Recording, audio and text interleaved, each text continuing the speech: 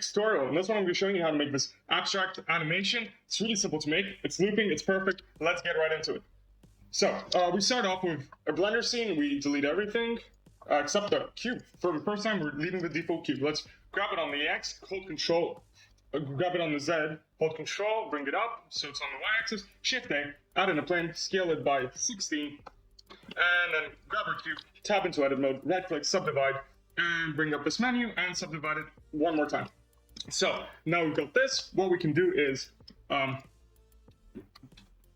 select these faces, okay, and press X and delete the faces. Okay, perfect. So now we've got a cube with this hole in it. So what I'm going to do is now choose the points and press F to fill them, so we get this edge, and press this vertex and press F, and we get two edges. So choose these two edges and then press right click and subdivide, and then press one more time to subdivide. So now we have 4 vertices on each of these edges. And press on this vertex, on this top one, and press F to fill it in, and yet again here, and fill in the gap in between these two edges. Press F. Okay, now we just fill in these faces, so we're making faces. So basically this is how I'm filling up the cube. And we're just making it as if there is just one little block missing. Okay, now we fill this in and we have a cube like this. Looks pretty good. So what I'm going to do now is select these edges, these ones over here, and this one, this one, this one, this one, and this one. Press Control I to invert my selection, and then right click and edge bevel weight, and then put it up to 1. So because now we're going to be beveling this, we're going to be adding a bevel modifier, and we're going to change it to limit method to weight, and add some segments, so up to 5, and decrease this to 0.016, and then shade it smooth, go into the vertex tab and into the normals and add auto smooth. So yeah, I didn't want to bevel these edges because our cube is going to go in there and it's just going to look weird if it doesn't match pretty good. So now we're going to make the cube. So I'm just going to select one of these mostly made cubes, and I'm going to press Shift D to duplicate it, move it on the Y to 0, Control Z, on the X to 0, my bad, and now it's sitting right in there, and basically we have another cube, and I'm going to press P to separate the selection. Okay, now we've got our own separate cube here. I'm going to go to frame 75 when it is going to be the end of our animation, and I'm going to keyframe our location. Okay, perfect, and I'm going to set the origin to the geometry, and I'm going to replace the keyframe again. Okay, so now we are going to move this out of the way, this half-finished cube. We're just going to move it here, somewhere like this, and I'm just going to bring it down on the Z, grab on the Z a little bit, and I'm just going to move it here. Okay, but we still have this gap here, so I'm just going to fill this in. So I'm going to tap into edit mode, select my edges, fill them in, and underneath, I'm going to fill this in. Okay, and we have some edges which don't have bevels, and I'm just going to select these, and then right click and add edge bevel weight and put it up to 1. So now we have a beveled little cube, and we're going to move it in on our object. So yet again, I made a mistake. I'm just gonna move this cube on frame 1 now. I'm gonna move this cube out of here, grab on the Z, move it down to here, and yeah, I'm gonna keyframe it right now, and I'm gonna keyframe its position. Okay, so now we have this cube moving up like this. This is not what we want, obviously. So let's go to basically the last frames and frame 60, and I'm gonna move this cube down again on the Z axis, grab on the Z, shift, and move it down to our ground plane. Okay, and then I'm gonna keyframe that, and I'm gonna move it also on the Y, so it's basically touching your cube, and I'm gonna replace this single keyframe. And I'm gonna go to frame 65. And I'm gonna move this back on the Y a little bit.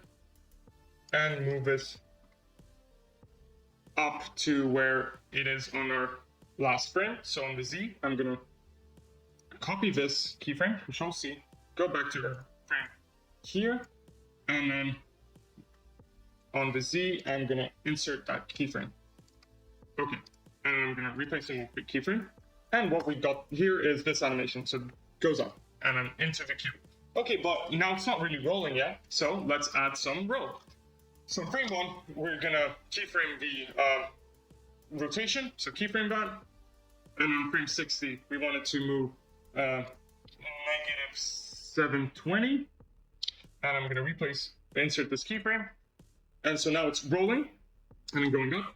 But in the last few frames, I want a little bit of a different movement. So in the last few frames here, I'm gonna -180 degrees, insert single keyframe, and go to frame 75 and -90 degrees. So in the end, we're doing a rotation of -990 degrees. So something like this. But now we have to fix some things up, because as we can see here, our cube is clipping in through the ground a little bit. That's not nice. So what I'm gonna do, this is gonna be a little bit of a tedious process. We're gonna move it up a bit on the Z when it's clipping through the ground throughout our animation. And yeah, and just move it up. We want it to always be touching the ground in a sense. So unlike these keyframes, we're gonna bring it down and just move through and then add in our keyframes so that our cube never clips through the ground. And so now that I've made a couple of keyframes, I'm just gonna move them out a bit. First of all, I'm gonna duplicate this first keyframe and give it a standstill for a couple seconds. And I'm just gonna duplicate these in a little bit. So I'm just gonna move through around this timeline up into frame 60 and start fixing up these keyframes. So I'll see you guys in a little bit. So now, as you can see here, I have animated this, so it's no longer clipping for ground. The cube is rolling and it's going inside. Yeah, this was a little bit of a tedious process. You just move it up on the Z-axis, so when it clips the ground, you just move it up. It's as simple as that, but it takes some time. So now, what we have is this animation, and we can start doing our camera movement so that this loops and looks really nice. So I'm gonna shift that out of the camera. I'm gonna pick a little position here. So I'm gonna pick an angle that I wanna look at this at. So something like this, Control-0. I'm gonna move myself into position and then give myself a focal length of 100. So high focal length, and it's gonna sell the illusion. So what I'm gonna do now is I'm gonna use something in the real world which is called sticky tape, a little piece of sticky tape, and I'm gonna put them on each corner of the cube. So somewhere around here, I'll put one piece, and then on this corner, I'm gonna put a little piece of sticky tape. Basically, I'm gonna be showing all the corners of my screen. I'm gonna have a little piece of sticky tape so I can align myself up with the big cube. Because as we're gonna be moving through, we're gonna have to adjust our positioning over camera. So what I mean by this is I'm gonna keyframe this I, and I'm gonna go to frame 70 and move myself on the Y up until I see my big cube. But as you can see, this is not aligned as it was before. So with a piece of sticky tape, I can align myself onto my cube. So basically that's what I'm gonna do now. I just move myself around, zoom out, and since we're not changing the rotation of our camera, we're just zooming out and finding the position where all the edges, all the corners coincide, we will have something that loops. So I'm gonna press I then, and we can see now that the first frame and the last frame is pretty much the same. So if we turn on +2, it's looping. Our whole animation is looping. So now we can just get into lighting. It's as simple as that. Because you have to put something on the edges of the cube in real life, so you can actually go for the first and last keyframe and actually align these two cubes. So before I start cheating, I'm gonna go into our small cube, I'm gonna press 8 and subdivide it twice like our big cube. And now let's go into shading.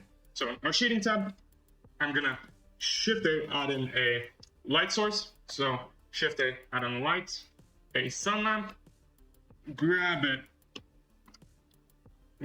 here, a little bit, grab it on the Z, and rotate this. And grab it on the X. And yeah, and then I'm gonna go into our world settings. I'm gonna give myself a environment texture. I have one from HDRI Textures. I'm gonna use this HDRI.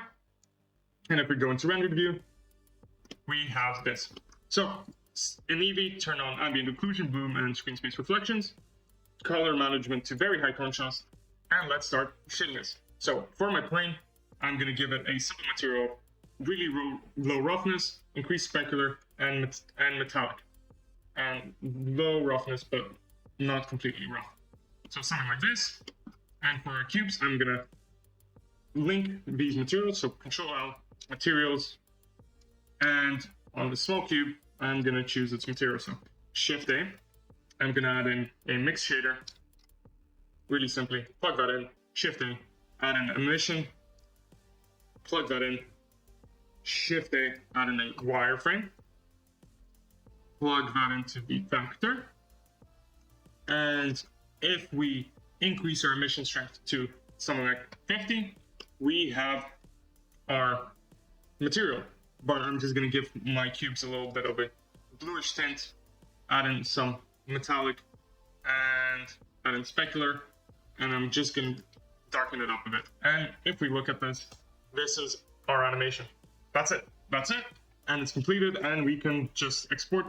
So I'm going to choose a file, call it blocks, and I'm going to choose my file format to FFmpeg, contain it to MP4, and output quality to perception losses. And by hitting Control F12, I get an animation like this.